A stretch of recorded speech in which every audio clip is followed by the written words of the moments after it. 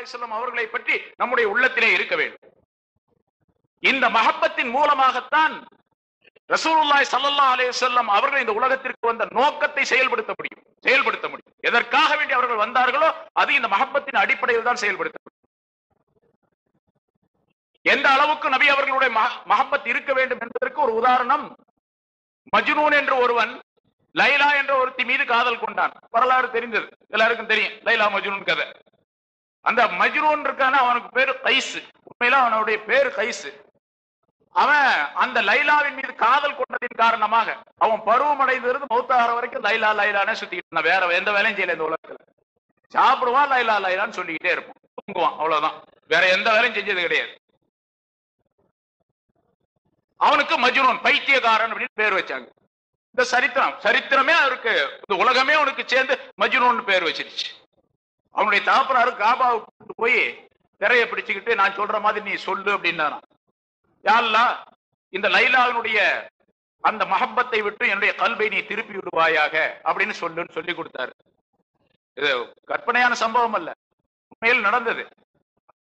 Iraq பகுதியில, பக்தாதுடைய நகரம் அந்த பகுதியில அவங்க வாழ்த்துக்கிட்டு இருந்தான், அந்த மனிதன் வாழ்ந்தான். அப்ப காபாவை கூட்டு போய் சொல்ல சொன்னா, அவர் திரையை பிடிச்சுக்கிட்டு அந்த மஜ்னூன் சொன்னானா, யா அல்லாஹ் என்னுடைய மனதை லைலாவின் மீதே நீ அன்பு கொள்ள செய்வாயாக அப்படின்னு சொன்ன. இவர் ஒண்ணு சொல்லி கொடுத்தாரு, திருப்பி திருப்பி சொல்லி கொடுத்தாரு, பல தடவை சொல்லி கொடுத்தாச்சு.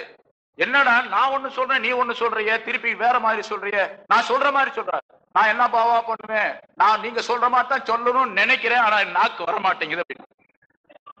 அப்படி காதல் கொண்டவன், லைலாவின் மீது காதல் கொண்டவன். அந்த ஊருக்கு போனான்னா லைலா இருக்கிற ஊருக்கு போவான். லைலா இருக்க ஊருக்கு போகும்போது லைலாவை பிடிச்சு சிறை பண்ணி வச்சுட்டாங்க வீட்டிலேயே, இவன் பார்க்கவே முடியாது. அதனால அங்க போகும்போது அந்த சோறெல்லாம் முத்தமிடுவான், போய் அந்த வீட்டு சோரை முத்தமிடுவான், அங்க இருக்க பூமியை முத்தமிடுவான். அமுர்ரு அல தியாரி தியாரி லைலா, லைலா இருக்கக்கூடிய ஊருக்கு நான் வருகின்றேன். உகப்பிலுதல் ஜிதாரவல் ஜிதாரா, இந்த சூரை ஒரு தடவை அந்த சூரை ஒரு தடவை நான் முத்தமிடுவேன் என்று சொல்லுகின்றான். வமா ஹுப்பு தியாரி ஷகஃப்ன கல்பி, என்னுடைய உள்ளத்திலே அந்த சுவர், அந்த வீட்டினுடைய அன்பு என்னுடைய உள்ளத்திலே கிடையாது.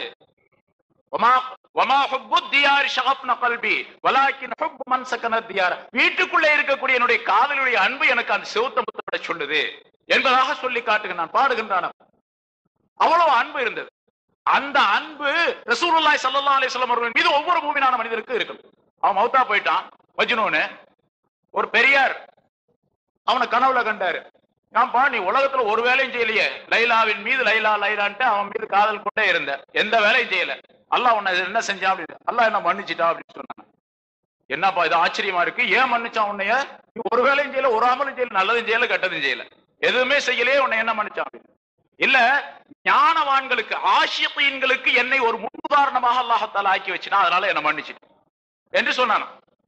ரசூலுல்லாஹி ஸல்லல்லாஹு அலைஹி வஸல்லம் அவர்கள் மீது யார் யார் பேரன்பு கொள்ளுகின்றார்களோ, பெரும் காதல் கொள்ளுகின்றார்களோ அவர்களுக்கு மஜ்னூன் உதாரணமாக இருக்கின்றார் என்பதாக அங்கே சொல்லுகின்றார்கள். ஆக ரசூலுல்லாஹி ஸல்லல்லாஹு அலைஹி வஸல்லம் அவர்களின் மீது அந்த மஹப்பத் இருக்கணும். அந்த மஹப்பத் ஏன் மஹப்பத் வைக்கணும்?